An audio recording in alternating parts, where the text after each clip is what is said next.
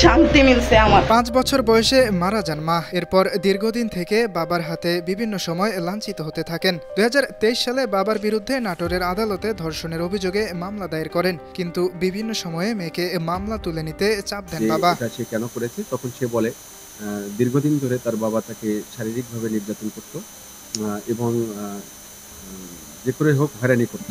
এরপর সাভারের ফ্ল্যাটে ভাড়া নিয়ে বসবাস শুরু করেন ওই বাবা। চলতি বছরের শুরুর দিকে ওই বাসায় আসেন মেয়েটি। গেল বুধবার রাতে মেয়েটি খাবারের সঙ্গে ঘুমের ঔষধ মিশিয়ে বাবাকে খাওয়ান। ভোররাতে অচেতন অবস্থায় শরীরের বিভিন্ন স্থানে ছুরি দিয়ে আঘাত করে বাবাকে হত্যা করেন সেই তরুণী। আরও দুটো মেয়ে সহ একই জায়গায় ভাড়া থাকতো এবং তার ভাষ্য অনুযায়ী তার সাথে যে দুটো মেয়ে থাকতো তাদের যে দুটো মেয়ের মধ্যে থেকে একজন মেয়ের সাথে সে শারীরিক হয়রানি করেছে।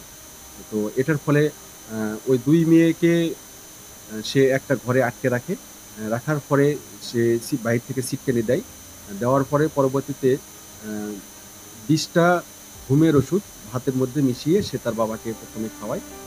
হত্যা করার সময় বাবার ফোনেই রেকর্ড করেন সেই ভিডিও, যা ছড়িয়ে পড়েছে সামাজিক যোগাযোগ মাধ্যমে। তোর ভিডিও তোরই ফোনে, তো মাইয়াদের এতদিন ভিডিও করছো। হত্যার পর নিজেই 999-এ ফোন দিয়ে পুলিশকে খবর দিয়ে আত্মসমর্পণ করেন। নিউজ ডেস্ক, বান্ন টিভি।